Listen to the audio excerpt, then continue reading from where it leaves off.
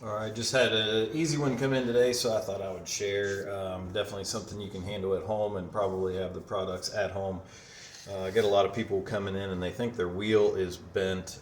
Typically, it's winter right now, and tires will go flat if they're sitting out in the garage or out in the cold. The air will shrink up and they'll go flat, and they air the tire up, but then they're like, my wheel is bent, and what's actually happening is the tire is not going back on the bead of the rim, so it's not properly seated in the rim bead.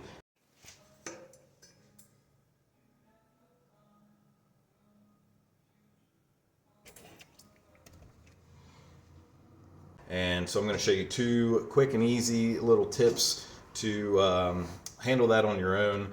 Not that I don't want you to bring it to me, because I love having customers bring me the business, but things you probably have laying around the house is baby powder and some sort of disinfecting or cleaning wipe.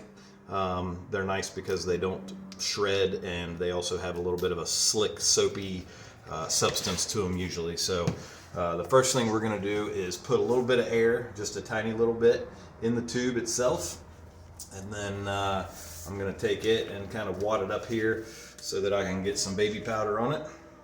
Doesn't have to be a whole lot, but definitely get it all around the whole entire tube. It is a little bit messy. You'll get some dust, and try not to breathe it in too much, but nowadays it's usually just cornstarch, so no big deal there.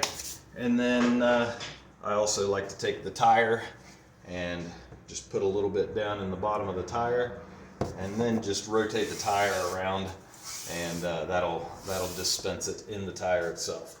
So this particular tire is directional, as many of them are, so make sure you've got it going the direction you want, and put the tube in there. And that's why we put a little bit of air in it. That just helps it conform and go inside the tire as it needs to there. And then on this particular one, it is an e-bike, so this rim's a little bit heavy. Hopefully you can see it there on this stool sitting here, but we will find our valve hole and shove it in there, and then just work our way around.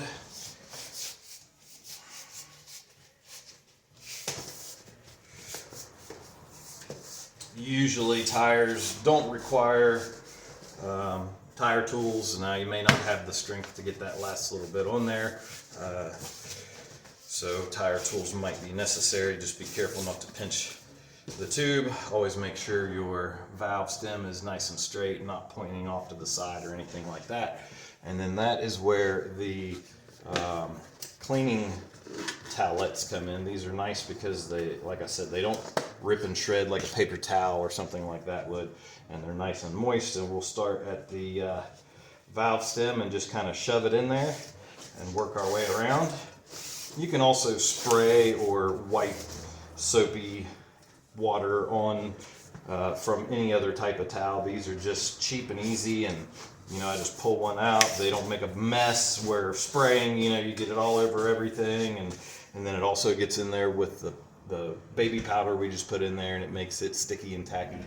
But what that does, between the baby powder and this soapy residue on the bead, is just allow everything to move properly into place and bead the tire right up. You might hear it snapping here as we approach about 30 psi, and that's where we want it.